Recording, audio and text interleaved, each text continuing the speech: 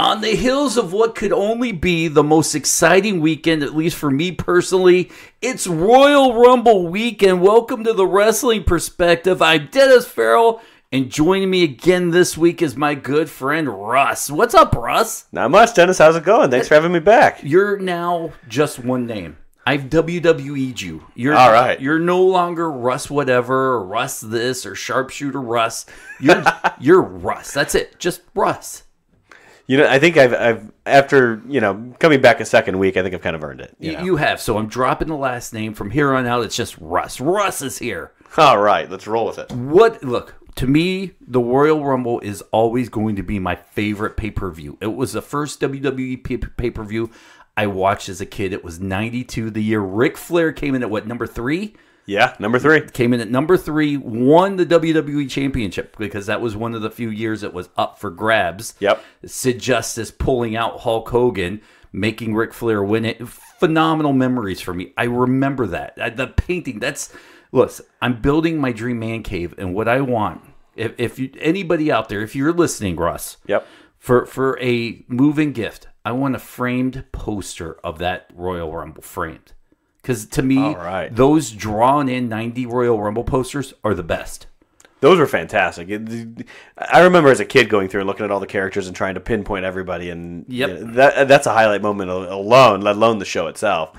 And that Rumble, I've seen all of them. Of course, yes. And that still holds up as the best Rumble ever. The best. I mean, I don't think through the 90s, maybe the one year where Stone Cold was sitting on the ring and he's doing the time thing. God, I wish I could. It was fun, but it was the action wasn't the same. No, but it's iconic moment. It is. That was a moment you don't see. That's, boy, wouldn't it be great if the tag teams throw people out? And then what was that, a couple years ago where the Wyatts were eliminated and they were throwing people out? They botched it. They should have won that Rumble. Yeah, absolutely. That should have been a way for Bray Wyatt to go right ahead. And they killed it for me. Yeah. So what is your all-time favorite Royal Rumble memory? I'm honestly, I'm with you on that. As far as the Rumble match itself, it's the 92 Rumble, watching Ric Flair win. There isn't a bigger mark alive for Ric Flair than I am. So I think that has to go hands down for me. How excited are you for 2019? I almost said 2019 Royal Rumble. Ooh, the last week or so, I've gotten a lot more excited than I was, but honestly, up until this point, I was kind of flat. All right, when we come back, more thoughts on the Royal Rumble. We'll get to some WWE news here. You're listening to Wrestling Perspective. Russ, Dennis Farrell here, taking you into Royal Rumble weekend. We'll be right back. Happy NXT TakeOver weekend. Happy Royal Rumble weekend. Getting you going. It's a Wrestling Perspective. Russ, the one named radio host now. Myself, Dennis Farrell. Russ, where can people find you on Twitter? Russ B. McCall at Russ B. McCall. Let me put that on the other side. It's going to ruin the whole one-name gimmick, but you're just going to have to find it anyway. There you go. You got to change it now to like Russ. It's Russ in all capitals. In lots of S's. Yeah, until it cuts you off. And you can follow me, Dennis77 Farrell. If you want to hear the rest of this, if you missed any of it, or any of the podcasts we do, go to WrestlingPerspectivePodcast.com. Make sure you subscribe. We got a lot of stuff going over there. Myself and PD Williams, Impact's own PD Williams, we do a podcast over there. Speaking of PD, Russ, let's talk about this report coming out that Impact and All Elite Wrestling will start to work together. Are you excited about that? I mean, when I think of the matches, it's not Impact for All Elite Wrestling to team up with. To me, the natural progression, if there wasn't any bitterness there, would have been Ring of Honor for an American company. Yeah, you know what? Honestly, I wouldn't be excited to see them team up with anyone, to be honest with you. I agree with you from the in-ring perspective. I don't think that Impact is the right company. I don't think what they're doing is going to be necessarily the perfect fit. But you're right with Ring of Honor being a more natural fit. The issue I would see there is it would feel like Ring of Honor. Because the guys just left, so there wouldn't be a difference to differentiate the product of you're seeing on a national scale on a new promotion from ROH on broadcast. And I can't imagine Impact. Listen, it doesn't matter if you have Cody and the Young Bucks, you're still on the Pursuit Network. Yep. And you can have all the talent in the world, but you can't overcome the Pursuit Network. The Pursuit Network or the baggage that Impact Wrestling comes with at this point in time. Absolutely. The fact that it didn't completely fold and relaunch with an entirely new look, feel, and style They've was come a missed back. opportunity. They've come It's back good. this year. This year, they've reborn themselves. But unfortunately, the Pursuit Network, Yeah. it's a step back. I don't care what everybody I've talked to, including PD, puts on this brave, it's good, and we're going to go forward, and we're going to own it. But you know what? They work there. They work there. And no one Friend has... or not, they work there. Yeah, no one's ever said anything different to me. Yeah. Let me be clear. Yeah. You and I, hang out backstage at Impact a lot. Probably way too much than we probably should. Not one of them has ever said to us, "No, this is a bad move." They put on the brave face. They're out there. They're spitting their truth. But you know what? Between me and you look deep into their eyes. Yeah. It's almost like, you know what? It's like going out with a girl, and she thinks that you're taking her to the greatest expensive restaurant in your listening market area, right? I'm going to say for giggles here, Red Lobster. Remember being that was the date. Yeah, that was the date spot. Now, I don't know if I'd take my wife to Red Lobster now. Unless they're an advertiser on any of the radio markets, which then I love Red Lobster. With that being said, that's what the Pursuit Network is right now. Yeah. They would look for Red Lobster in 1998, and you pulled up the Taco Bell. Yeah, and I'm not. I don't care. I don't think teaming up with All Elite will help Impact. No, and I don't think it'll help All Elite either. I think, and it doesn't even seem right. Yeah. So let's move on. Velveteen Dream. Now, I don't know if the guys in the industry, and I don't feel comfortable going, it's a work, it's a shoot. Yeah. I don't know. But Velveteen Dream recently tweeted out, who, by the way, to me is the MVP of NXT. This guy should have been a champion by now. And I hope they don't bring him up. But he tweeted out something pretty interesting the other day. I don't know if you saw this come across your Twitter feed, Russ, but here's the thing. And I'm a little bit worried. Here is Velveteen Dream's tweet. I know my worth. The past year, I've created a special atmosphere at NXT TakeOver. Until we, Star, can come to an agreement as to what my worth actually is, there won't be any appearances or performances by the Velveteen Dream, all caps, or my likeness. Look, this is shaping up to be a great angle if it is. Yeah, absolutely. And I can't see him really doing this. If this is the legit, that's a gutsy move. It's a gutsy move to put that out there like that. I mean, you're taking a pretty big shot for a pretty young guy. Let me ask you this. Company. We said this last week with Dolph Ziggler going somewhere else, and if he had a different name, would he still be charismatic as Dolph Ziggler? If Velveteen Dream left, and in a year from now, or when his 90 days is up, pops up as, John B. DeVille or whatever his real name is, or whatever he's going to go by, will he still have the presence of Velveteen Dream that he had at NXT TakeOver? I don't think so. I think it would be tough, but I think the guy's talented enough that given the right situation, if he can get the right package put back together, that's similar enough to the Dream scenario, but definite enough not to get him in trouble, then I think he absolutely can be a huge star. But he's got a very specific gimmick right now. It's a very detailed thing, and that's going to be hard to replicate without copying. When we get into our Royal Rumble talk and the predictions, which we're going to do this show, by the way, we're not just introing every segment with it's Royal Rumble weekend and not get to any Royal Rumble talk. Which would be a great thing to do. I find it hysterical, but I'm glad you do. But this will go into it where John Cena was kind of said he's going to participate. Now he has a questionable ankle injury. The dirt sheets are reporting that he was never really going to wrestle in the Royal Rumble. The original angle was Lars Sullivan, the walk and poop show, because this guy, who has thrown away a WWE shot as quick as Lars Sullivan? Lars Sullivan. I mean, wow. He had everything handed to him. All he had to do was show up. Just show up. Yeah. And he couldn't even do that. And this is after all the junk that people have uncovered on message boards. Holy cow! They See that I've missed. I've missed all of that. Oh, you Google it. And same with the people at home. But this guy is just throwing it all away on epic proportions. He should have been the guy to attack John Cena, put him out. Now, John Cena's not going to be in the Royal Rumble because he's, quote, unquote, I'm doing the finger thing. I know you can see me, Russ. I can see him. Here at the O'Reilly. They're good fingers, too. Here at the O'Reilly Studios. I'm just saying, John Cena's, this is falling apart. This is even worse than last year with am I going to the WrestleMania? Am I not? I'm going to go through with the Royal. This is horrible. They have no idea what to do with a part-time John Cena.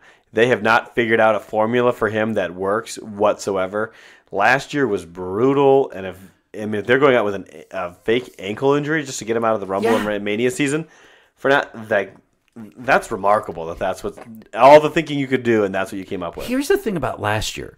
I really thought they were onto something. If they would have kept him off WrestleMania, aging superstar, can't quite get it done, misses the Royal Rumble. That way. Because not the Royal Rumble, but WrestleMania. Because WrestleMania doesn't feel special anymore. WrestleMania feels like we're going to extend it by 2 hours so everybody under contract can show up and wrestle. That's not what WrestleMania should be. WrestleMania should be an event where only the best of the best get onto a limited card. That's not what it is.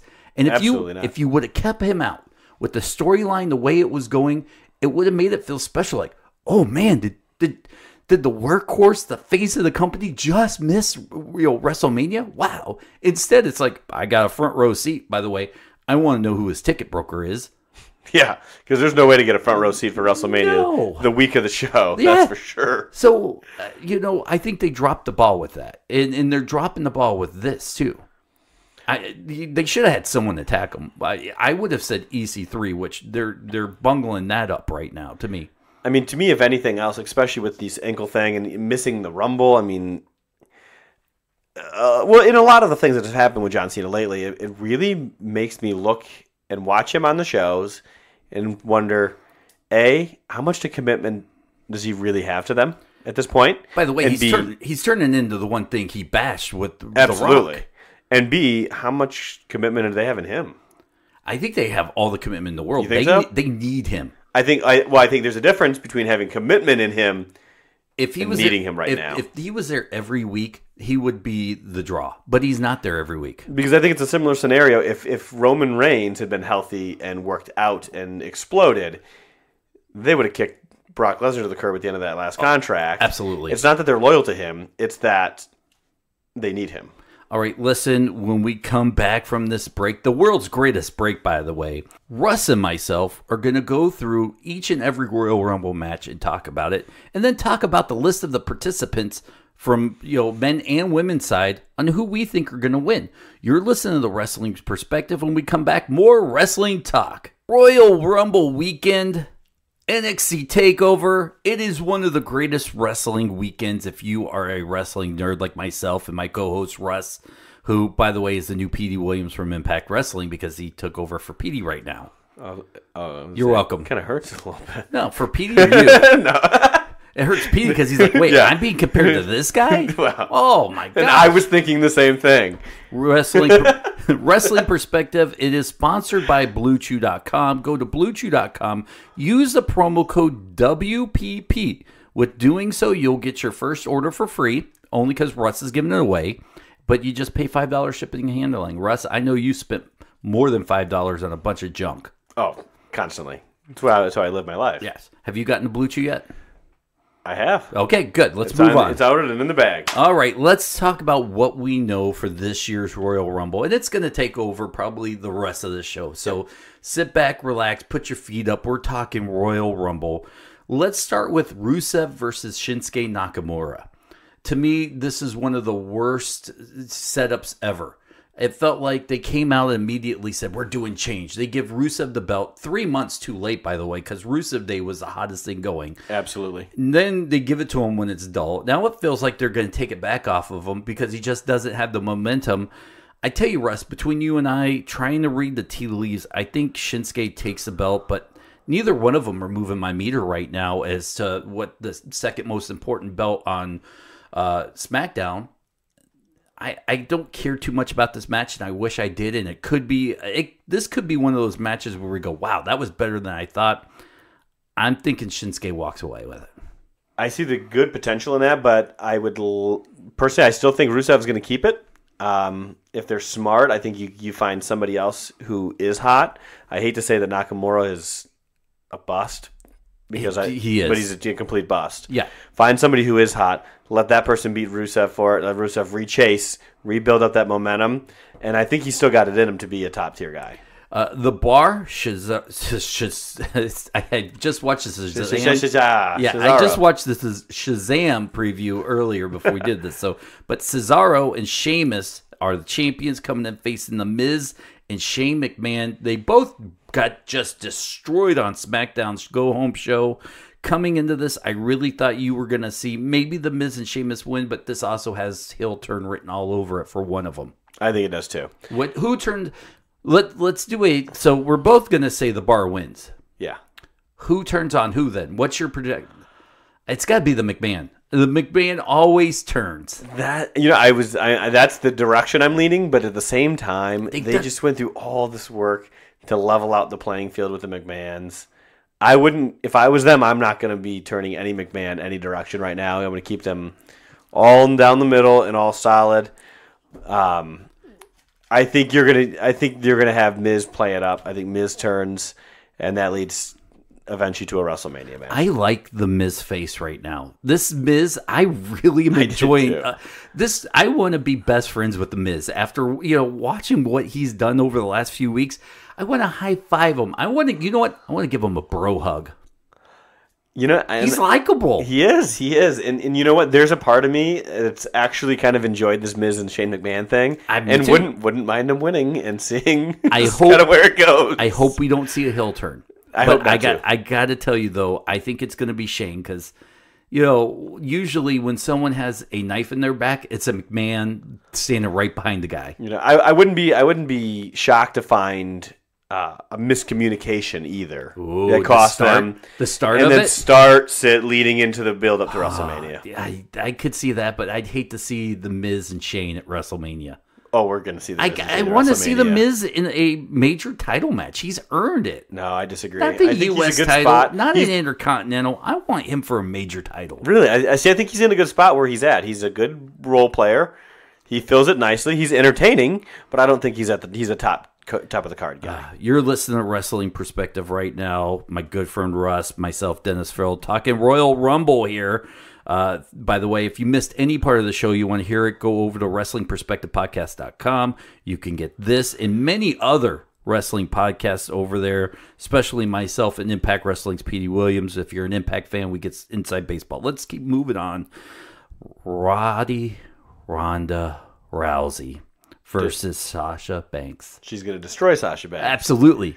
But I'll tell you what, I have been impressed with the playoff of Sasha at least on Monday. This past week on Monday. I know they've had some wonky stuff going in. Did you see that match? I did, yeah. It really felt like that her and Bayley were working as heels going into that match. It did. But Bayley's not a heel. And it was so weird that, I didn't quite emotionally connect, I guess, with the match because I kept going, wait a second. I thought they were all kind of faces going into this, and now one's being a little bit, heelier than the other. Yeah, no, you're absolutely right on that. I thought it was a good match, and not a bad match. But I think if they had taken some more time to steer directions, but I don't think they really want to do that, given that Sasha and Bayley are probably their lead face tag team. They didn't go far enough. I really felt like Ronda should have lost it to really, put forth that Sasha got in her head. But Ronda didn't really lose it, and it didn't quite. It felt like it was a push, and they backed off. Yeah, but at the same time, they're not going to want to pin Ronda Rousey or submit her on. Well, she did technically lose a match finally.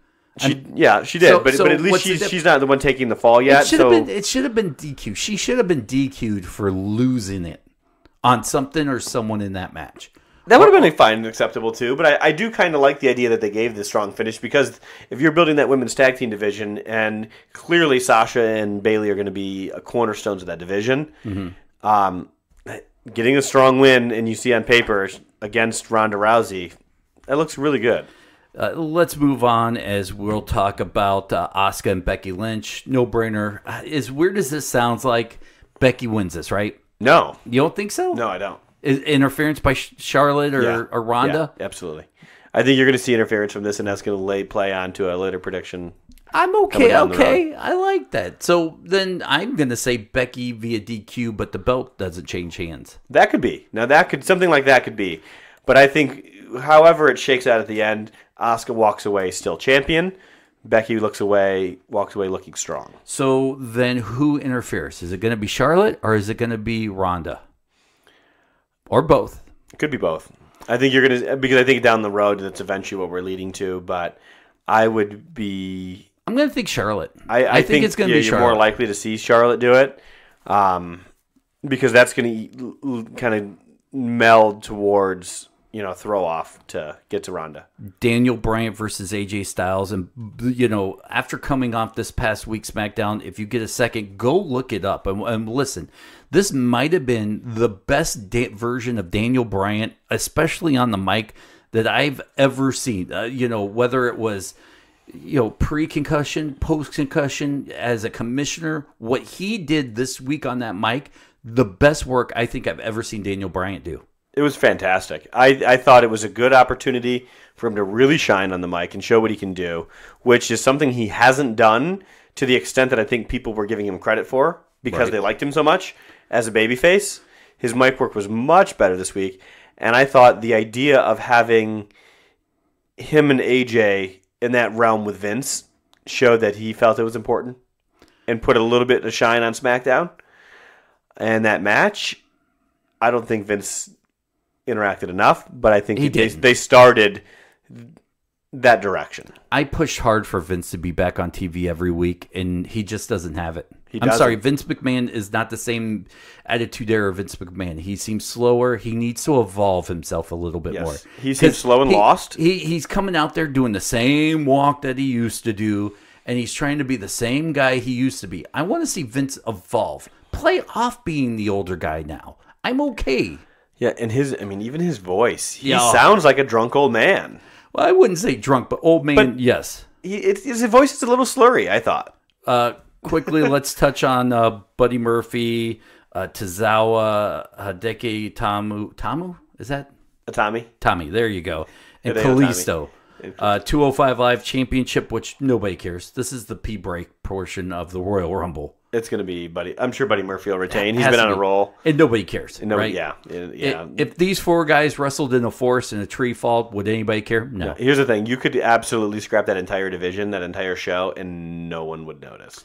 Except the guys that lost their paycheck. Yeah. And I'd like to see them integrated more. That's what WCW did great, was integrate them into the regular show while having their own division. Yeah, I think if you have enough guys that if you wanted to invest in tag teams, which I am a huge fan of tag team wrestling. Absolutely. We grew up in the age of tag team wrestling. Yeah. So if you wanted to invest in tag teams, you could take all those guys in the Cruiserweight division who are floundering and doing nothing, and you could find ways to make solid, formidable tag teams all up and down both rosters. I got to tell you, when it comes to the Royal Rumble for you, I mean, outside of WrestleMania, what is your favorite pay-per-view? Because to me, it's the Royal Rumble. Every year, there's never been a pay-per-view that was set up for more surprises than the Royal Rumble. Traditionally, it had been the Royal Rumble. Yep. I've kind of gone back and forth at times, though. I think SummerSlam has kind of overtaken me at the Royal Rumble. I used to love Survivor Series only when it was on Thanksgiving. And it was 4-on-4, the team thing. I was young. That. I loved the team competition. I absolutely loved it. The second they took it off at Thanksgiving night, and I get it. You're trying to compete with the NFL, but now you got the network. It should go back. You should put it back because it was special. It was the middle of a week pay-per-view. And if they would put it back, it would become my favorite pay-per-view again. Yeah, the day of the week doesn't bother me so much as it is... I want wrestling on Thursday. The concepts. It's the concepts. I really do enjoy... I liked seeing how people who don't normally interact, but they're on the same... working together to try to form those teams. And that brings a whole new level of and different kind of storytelling for 4 to 6 weeks that you can put on that you're not normally getting. Listen, when we come back, we're going to cover the men and women's traditional Royal Rumble matches. We're going to talk about Brock Lesnar versus Finn Balor and how we feel like this will shape up as a championship match going forward. Maybe a linchpin, maybe not. You're listening to The Wrestling Perspective. If you missed any of this, remember, go to WrestlingPerspectivePodcast.com. You can get this and many other wrestling podcasts. We'll be right back. Royal Rumble weekend, NXT TakeOver. We're talking wrestling. Dennis Farrell. Follow me on Twitter at Dennis77Farrell. One named Russ. Where do the people find you? At Russ B. McCall. And you can follow Wrestling Perspective on Facebook. Go to Wrestling Perspective Podcast. Make sure you like it. And if you missed any of this, go to WrestlingPerspectivePodcast.com. Get this and many other wrestling podcasts there, wherever you get your podcasts. All right, Russ, let's get back to talking about our predictions for the Royal Rumble. We're down to 3 matches, championship and the men and women's Royal Rumble. Let's talk about Brock Lesnar and Finn Balor here. They've done an okay job at best building this up, but there's a report coming out now that we're not going to see the Demon here, which is a travesty to me. How do you put Finn Balor in the second biggest match of his life? Maybe for the Universal against Rollins would have been his biggest. How do you not break the Demon out for this? You know what? I'm going to actually disagree with you on that. I'm okay with it right now. Yeah, I'm okay with it right now, and here's why. I think, and granted it's a short period of time, but I think in the short time that they have set up this Finn and Brock situation, this past Monday, they made Finn look good enough and look strong enough to show that he had what it took to take down both Brock and Braun at the same time. That in his mind, I could see, I don't need the Demon, I've got this. But when that shakes out and he loses, which is my prediction, then you've got an instant comeback. That mistake won't happen twice. Yeah, didn't we just see that a few months ago with Baron Corbin? Or was it Baron, or was it... He came back. He came out for Baron Corbin and squashed him instantly. Right, but that's it was fine. You know, I said he beat him once. I said no. I said beat the... We saw this already. But their memory's not that long, so that's not. But mine is. To me, this has Demon written all over it. It's a major pay-per-view. You have the David versus Goliath, as it was all fed down our throats already.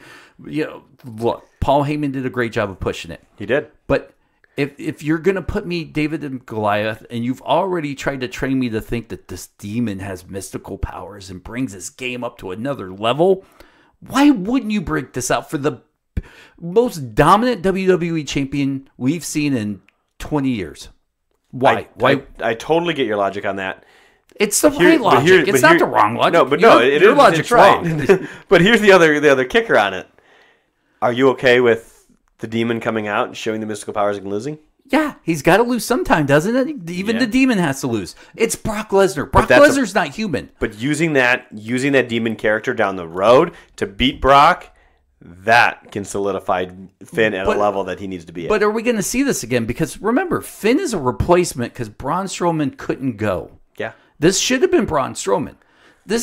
I get that they keep talking about we're going to push Finn. They've had plenty of opportunities since he's come back from his injury, and they haven't done it. They haven't utilized them the right way. Now they are, and to me, they're dropping the ball. There's not going to be a second chance. They've gotten rid of all the rematch clause and this and that, unless it's a hokey loss, which I can see because Braun Strowman will probably get involved. Yep. Which kind of breaks my heart because I thought this could be a good match. I mean, if the Demon was here. That could be it. Honestly, that wouldn't be something I would hate at all at WrestleMania. Would be all 3 of them. You know, you could set him up. I'm okay with all 3 of them, and then the Demon comes out and the Demon conquers 2 giants. So, what's your prediction? Oh, Brock wins for sure. Brock, me too. Yeah. Let's move on to the men's traditional Royal Rumble match. Here's what we know right now. Randy Orton just announced over this week. Titus O'Neil, Rey Mysterio, Mustafa Ali. Let's see here. Sienna Alma, whatever. They changed his name now again. Andrade. Yeah. Just Andrade now. I don't like that, by the way. Nope, me either. Apollo Crews, Jinder Mahal, Baron Corbin, Elias, John Cena, which now it sounds like he's not going to be in there.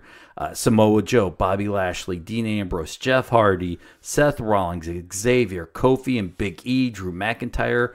And coming in at number 30, R-Truth, which is, first of all, having R-Truth at 30 is stupid. But why do you do that with the Mixed Match Challenge? I think that was the worst thing ever. Let it be what it is. Have fun. Baseball got in trouble with having the All-Star game predict who has home field advantage in the World Series. To me, it's almost like that. I don't like the Mixed Match Challenge, especially when so many injuries happen. R-Truth was the replacement of a replacement of a replacement of a replacement. Yeah, honestly, it's a stupid idea to give that to number 30 because then you've got two people. You don't have that number 30 spot in either Rumble can be a valuable spot and a tool for booking that Rumble. Surprise entries. 2.5 months before you went out and you blew it on two people that nobody really cares about either direction. Past few years, we've not seen a big surprise entry here in the Royal Rumble. Do we see one this year? I hope so, but I'm not banking on it. Honestly, because my first question would be who? Well, I'm going to go on a ledge. Okay. I think we see. You see the dramatic pause there? What I'm doing there? Yeah, I'm waiting. Yeah. With bated breath. Are you? Yeah, I'm waiting. 1/3 of the Shield come back. You think so? I think we see. No. You don't think? Not a chance. Why? I think it's way too early. I think leukemia is a serious situation. It is. But people are saying sooner than later. Yeah. Well, sooner than later, He's showing up. You see, look. I don't. And for think people so. going, who are we talking about? Yeah, you know what? I don't think so. I don't think Roman Reigns is a good option. I think it's Roman. I don't think you're going to see it. I think it's Roman. I think if anybody, you're going to see somebody on a lower mid-card level making like a fun guest appearance, a Hurricane Helms. Oh, of course. We'll see that Carlito again. Or a... Triple H? No. Oh, that's right. He tore his pec muscle, so he's not. He's out. Well, I guess after the last time you're taking a risky move, putting a Batista in. I don't know if it's risky this time around. But I think you could have a fun win if he goes in. Yeah, but I don't know. To me, it's going to be Roman Reigns. I think sooner than later, you put him at 29. He only has to last a few minutes. He still looks in good shape. Sooner than later talks, whether it's true or not, to me, and he's going to get cheered this time. For a little while. Yeah. At first. To me, mine's Roman Reigns. Yours? Okay, Batista. All right, that's your surprise. Who's your winner? Seth Rollins. If there's no surprise win entry, Seth Rollins. If Batista's a surprise entrant, Batista wins. Okay. I'm okay with that. I would like to see Samoa Joe win. I'd love that. Yes. Let's move on to the women's traditional Royal Rumble match, traditional as in last year. Carmella, Amber Moon, Natalya, Bayley, Ruby Riott, Liv Morgan, Sarah Logan. Let's see, Mandy Rose, Sonya Deville, Alicia Fox, Vega, Naomi, Mickie James, Billie Kay, Royce, Charlotte Flair, Tamina, Dana Brooke, Lana, Nia Jax, Nikki Cross, Alexa Bliss. Finally coming back, by the way, Alexa Bliss. Yeah. Good for her. And Lacey Evans. And then the smattering of the 4 or 5 legend wrestlers that are still kind of active will probably make another surprise entry. The women's roster is not big enough for a Royal Rumble. No, it's not. And it's not been long enough that when somebody shows up as a surprise, it's not shocking anymore. Because it's the same 4 women that show up as surprises now. Yeah, absolutely. It's always Trish, Lita, whoever. Kelly, and then whatever. One of Lay Cool or something. That's it. Yeah, that's the funny thing is I looked at it last year when they first had it. That was great last year. And it was cool, but that was my first question is, well, how do you keep doing this? You clearly didn't have enough people on your roster to pull this off. It's going to get tough year after year. Especially as that roster shrinks. Because the WWE has shown that they're not willing to put money into the women's division to keep it stacked as a men's. I think the women need their own show. In order to have enough women on the roster to be able to support singles titles, tag titles, Royal Rumbles. That's a 40-50 person roster, and you have 20. And the one thing I don't know about the women's tag team, are they going to float from show to show now? I haven't heard. Because you're only introducing one tag team title, I believe, right? Each show isn't going to get one. You don't have a roster big enough on each show for a women's. No. And you've worked hard to make sure you tell me SmackDown is separate from Raw. Yeah, well, you know what? The only other thing I've noticed, too, if you look at those people that they've talked about coming in since the shake-up time with Heavy Machinery, Lacey Evans, Nikki Cross. They've been on both shows. But what's the worst waste of space in Heavy Machinery? Oh, they're brutal. Brutal. But they've been on. They've showed up on both shows. They just showed up standing around. They look like they're homeless. Like somebody hire us. But I think it's because they're free agents, right? Yeah. They're still showing up on both shows. So maybe that's some foreshadowing and some testing. Do people care? Is it an issue?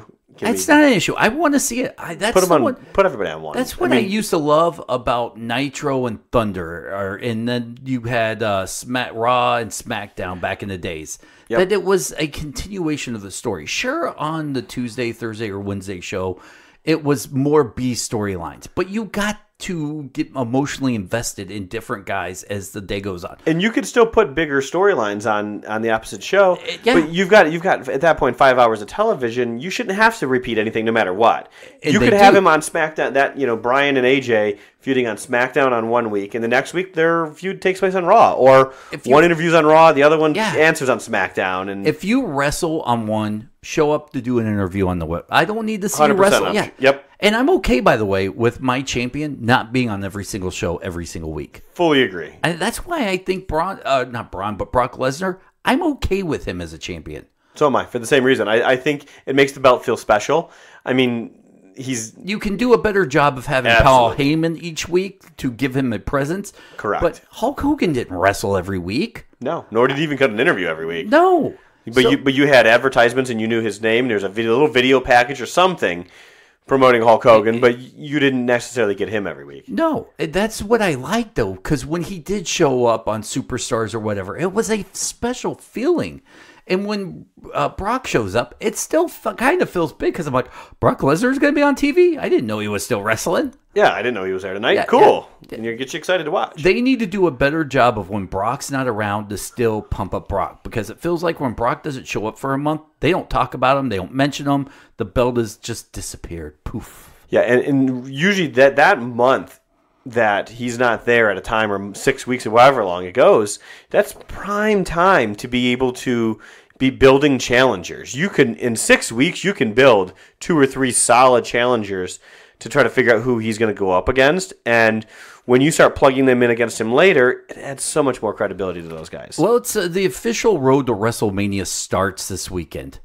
I'm excited for it. Overall, are you excited for the show? 30 seconds or less. Yeah, I'm excited for it now. Yeah, this week was good TV. I'm ready for it. It is, and I'm excited too. This is going to be a good week. I can't wait, though, when we come back from break here in a second. We still got a little bit more show, but when we come back from break, we'll give our synopsis of what we think the rating of the show will be, and if it holds up over the test of time. And by test of time, I mean like the last 5 years, because you can't compare this generation, and by generation, 10 years, to any other, because it's just so fast. Should probably cover that other Battle Royal, too. That's good. So when we come back here on the Wrestling Perspective with Russ and Dennis Farrell, we'll talk more a little bit about the Royal Rumble. We'll wrap it up and tell you guys where you can find us. Wrestling Perspective, Royal Rumble weekend, NXT TakeOver. We'll be right back. Road to WrestleMania starts this weekend. Wrestling Perspective, Wrestling Nerds, what's going on? Thank you guys for hanging out for the last hour or so with myself, Dennis Farrell, and my good friend Russ.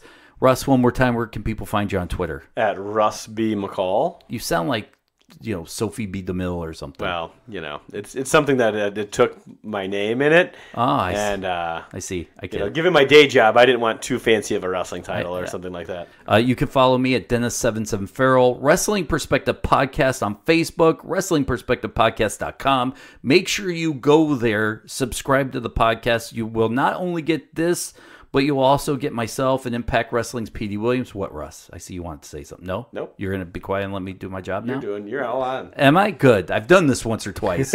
Coming from that 4-letter network to do wrestling. So, as we were saying, road to WrestleMania.